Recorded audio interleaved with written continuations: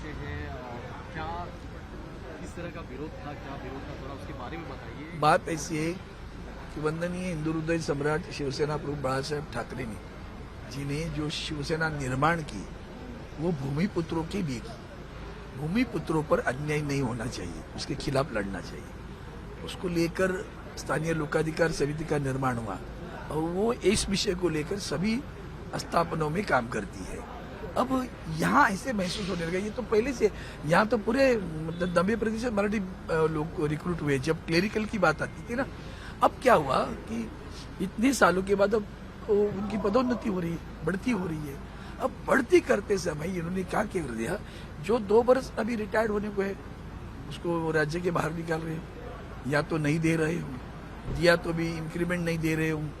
ये गलत है, सरासर गलत है। उसके बावजूद और भी क्या किया, 445 अफसरों की भर्ती हुई, AAO to DM, district manager. ये सारे बढ़ोतरी देते समय उन्होंने 445 में से सिर्फ 43 महाराष्ट्र। क्यों? इतने लोग हैं ना हमारे सभी, इतनी सालों LIC कौन चला रहे, कितना अनुभव है, धंधा कैसे करती है वो भी तो देखो। इन्होंने चालाकी है कि इसके ऊपर इंटरव्यू लगा दिया। अब मुलाकात के नाम पर जो चाहिए उसको सिलेक्ट कर रहे हैं। यहाँ भी एक ज्ञानेश कुमार बैठा, समझे कि नहीं, तो बराबर वो सिलेक्ट करते हैं, इसको डिलीट करना है, इसको आगे बढ़ाना है। तो वो हुआ, इसके खिलाफ में आज लड़ाई, यहाँ जो संघर्ष हुआ, प्रदर्शनी की है हमने। अब प्रदर्शनी के बाद में हम सोच रहे कि समझदारी से काम लो, कोई बड़ी बात तो नहीं है। हमने विरोध नहीं किया, हमने कहा कि भाई ये नहीं होगा, नई कोई नीति अपनाते हो तो यूनियन से साथ बात करनी चाहिए थी ना, कि भैया पहले तो क्या था, ज्येष्ठता के अनुसार उसको पदोन्नति मिलती थी। अब ज्येष्ठता की बात नहीं कर रही है, अब उसमें मुलाकात जोड़ रहे हैं और मुलाकात में ज्ञानेश कुमार काम कर रहे हैं। तो ये काम इसके खिलाफ हम उसके लिए आज प्रदर्शनी हुई है। और भी है, ठीक है, अधिकारी वो जो चेयरमैन चाहिए थे वो नहीं थे, दूसरे अधिकारी मिले वो अच्छे लगे। उन्होंने कहा, मैं बोला छोटी बातों के लिए झगड़ा करने लगाते हो, क्या बात है। अभी तीसरी बात है, त्रिभाषा सूत्र है हर राज्य में, तो यहाँ भी होना चाहिए ना। आप परिपत्रक निकालते हो, कहीं भी मराठी भाषा नहीं, हिंदी और अंग्रेजी में चलेगा, मराठी कौन लिखेगा। तो वो भी एक मांग हो रही है। तो पदोन्नति की बात है, वो मांग है।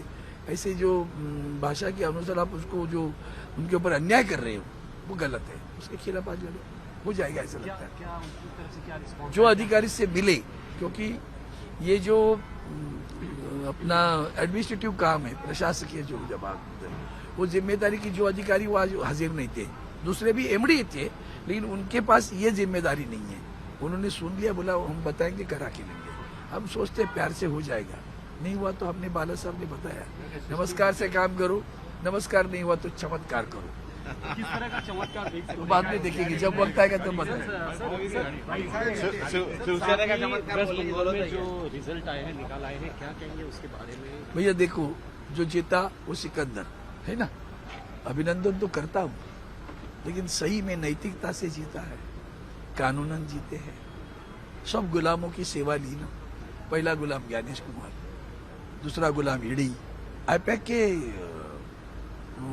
डायरेक्टर को क्यों पकड़ा, चंदेल को ईडी ने पकड़ा था ना, फिर छोड़ा क्यों, क्या इल्जाम लगाया, इल्जाम कुछ भी नहीं लगाया, फिर क्यों रखा था। तो समझ जाओ ना, ये उसकी नींव है, तो कैसी मंजिल बनाई होगी। जो आरोप है वो 100% सही आरोप है ना भैया। 90 लाख लोगों के आप कटा देते हो, नाम कटा देते हो, ये जनतंत्र है क्या। मुझे समझ में नहीं था, जुडिशियरी भी वो कहती है चलो इस बार नहीं मिला मतदान का अधिकार तो छोड़ो, अगली बार मतदान करो। अरे संविधान ने दिया ना हमें अधिकार, वो छीनने का अधिकार आपको किसने दिया, वो भी छीन लिया ना, तो भी छीन लिया कि नहीं।